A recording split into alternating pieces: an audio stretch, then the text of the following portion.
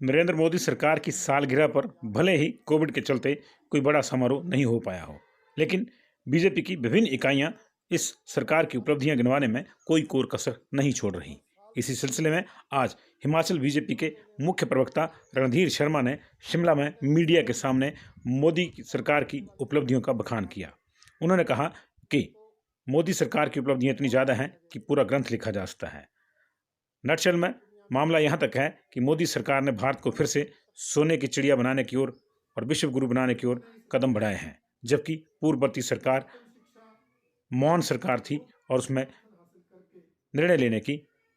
हिम्मत नहीं थी। देखिए, ये जो 7 साल हमारी केंद्र सरकार के हैं वो सचमुच बेमिसाल है। इस दौरान हमारी सरकार ने आदरणीय प्रधानमंत्री नरेंद्र मोदी जी के नेतृत्व में राष्ट्रहित और जनहित में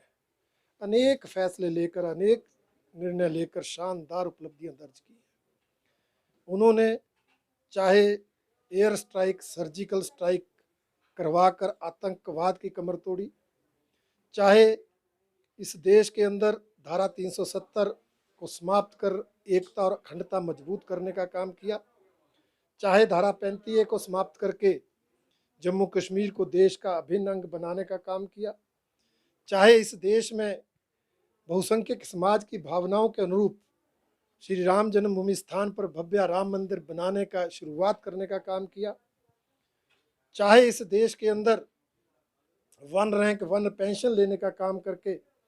और इस योग शिक्षा जो हमारे देश की पुरातन विद्या थी उसको अंतर्राष्ट्रीय स्तर पर मान्यता दिलाकर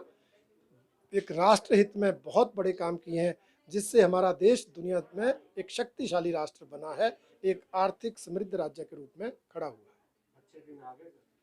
निश्चित रूप से हमारे देश का स्वाभिमान बढ़ता है, हमारे देश को दुनिया में हमारे प्रधानमंत्री की जय जयकार होती है और इस देश के अंदर जो जनता है उनकी समस्याओं का समाधान भी किया। ये नहीं कि बड़े फैसले देश हित में लिए। उज्ज्वला योजना गरीबों के लिए 8 करोड़ गरीब परिवारों को मुफ्त में गैस कनेक्शन देना, आयुष्मान योजना गरीबों का 5 लाख तक का इलाज मुफ्त हो, 2 करोड़ 33 लाख लोगों को लाभान्वित करना, प्रधानमंत्री आवास योजना से 1 करोड़ लोगों के घर बनाना, किसान सम्मान निधि में 9 करोड़ किसानों को 6,000 रुपये सालाना की आर्थिक सहायता देना, जन धन योजना के खाते खोलकर गरीबों का बीमा और अन्य सुविधाएं देना। इस तरह अनेक गरीबी दूर करने के लिए गरीबों के हित के अनेक निर्णय लिए और हर समाज के हित के लिए निर्णय लेकर निश्चित रूप से अच्छे दिन लाने का प्रयास किया गया है।